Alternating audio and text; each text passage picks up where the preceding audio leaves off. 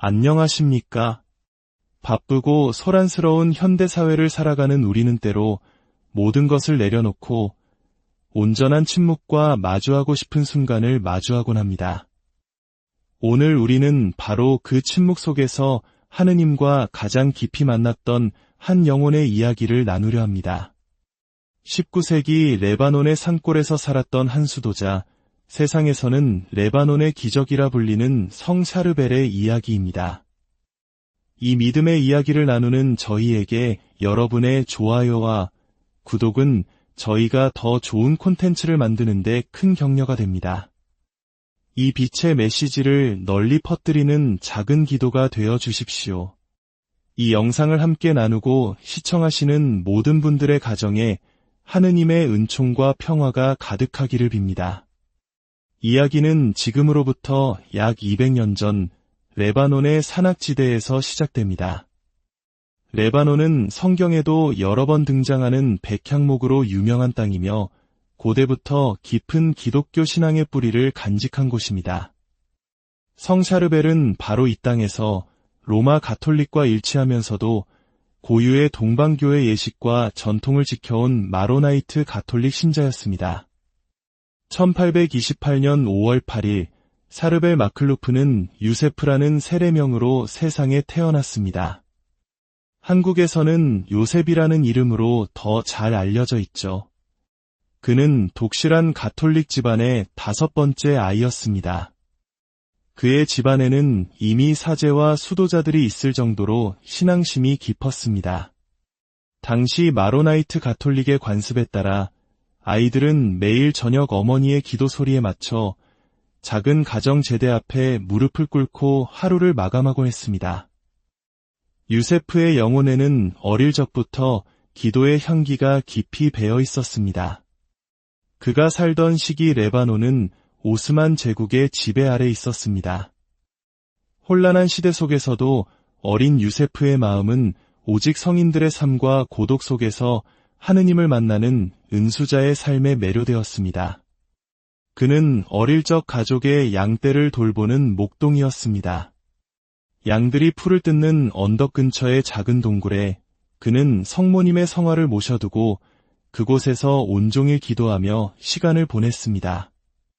마을의 다른 아이들은 그런 그를 보며 짓궂게도 성인의 동굴이라고 불렀는데 훗날 그 별명이 실제로 이루어질 줄은 아무도 몰랐습니다. 아버지가 일찍 세상을 떠난 후 어머니는 유세프가 평범하게 결혼하여 가정을 꾸리기를 바랐습니다. 하지만 그의 마음은 이미 다른 곳을 향하고 있었습니다. 1851년 23살이 되던 해 유세프는 가족에게 아무 말도 없이 집을 떠나 레바논 마로나이트 수도회에 입회합니다. 가족들은 곧 그의 부재를 알아차렸습니다. 아들이 수도원에 있다는 사실을 알게 된 어머니와 친척들은 몇 번이고 그를 찾아가 집으로 돌아오라고 설득했습니다. 하지만 아들의 대답은 단호했습니다. 하느님께서는 저의 모든 것을 원하십니다. 그 한마디에 그의 모든 결심이 담겨 있었습니다.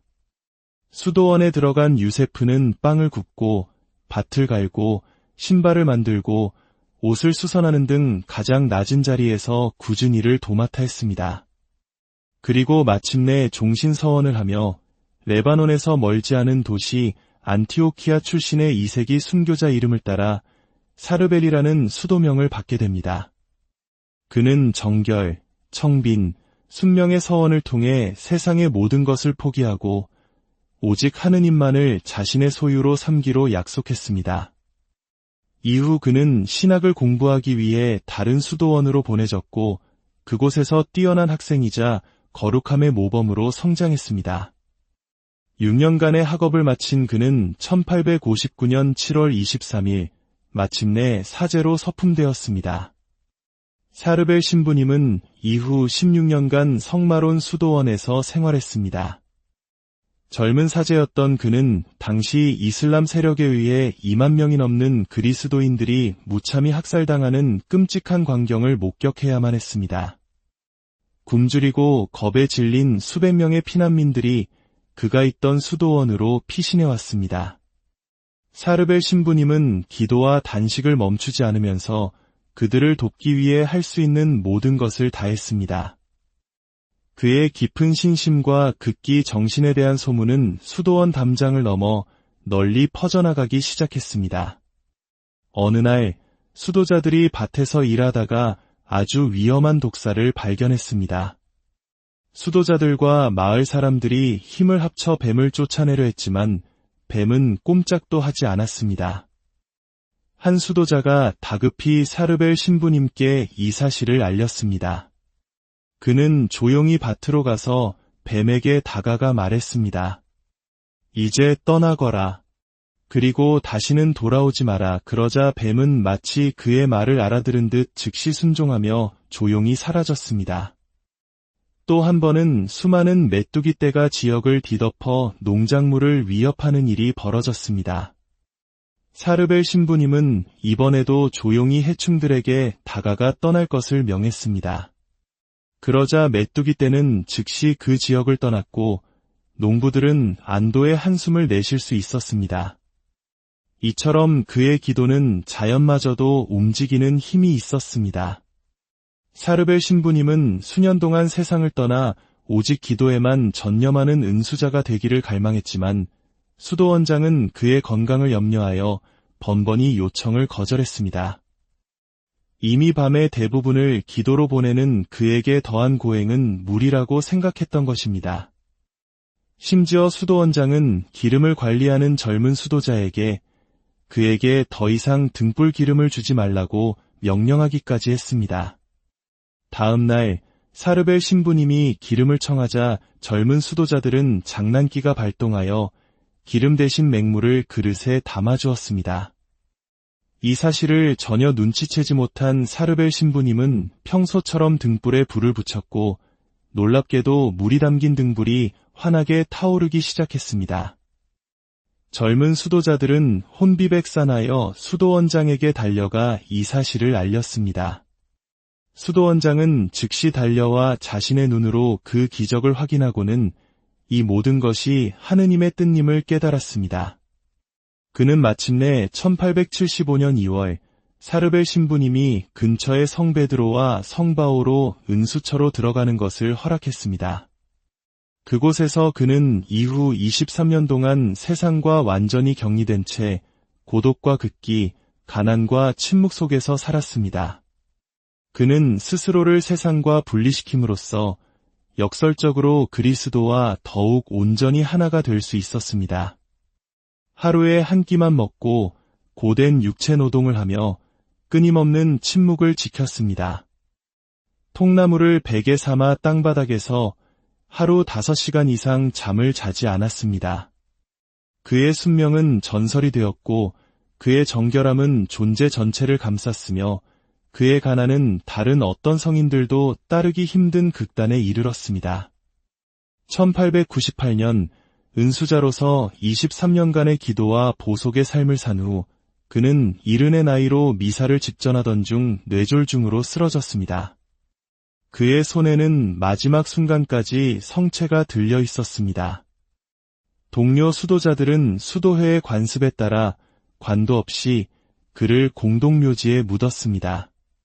그런데 그가 묻힌 지 얼마 지나지 않아 동료 수도자들과 인근 마을 사람들은 그의 무덤에서 아주 밝고 신비로운 빛이 뿜어져 나오는 것을 목격했습니다.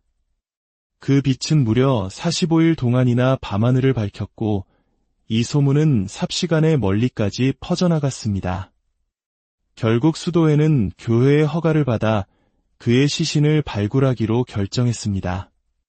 사르벨 성인이 세상을 떠난 지 4개월이 지난 1899년 봄, 마침내 무덤이 열렸습니다.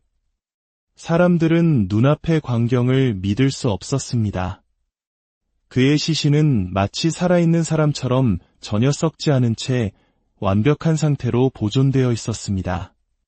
그의 시신은 특별한 관에 안치되었고 치유나 은혜를 구하려는 수많은 사람들이 먼 나라에서부터 찾아오기 시작했습니다.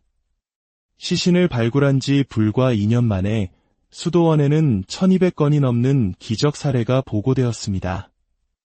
세상을 떠난 지 한 세기가 훌쩍 지난 지금, 성 샤르벨은 교회 역사상 가장 위대한 기적의 성인 중 한 명으로 자리 잡았습니다. 인간의 힘으로는 불가능해 보이는 절망적인 상황 속에서 성 샤르벨은 끊임없이 하느님의 기적을 보여주었습니다. 오늘날 우리가 마주하는 수많은 어려움 속에서 세상적인 해결책을 찾을 수 없을 때가 많습니다. 우리 자신과 사랑하는 이들을 위해, 그리고 이 세상에 고통받는 모든 이들을 위해 기적의 성인 샤르벨의 강력한 전구를 굳은 믿음으로 청해봅시다.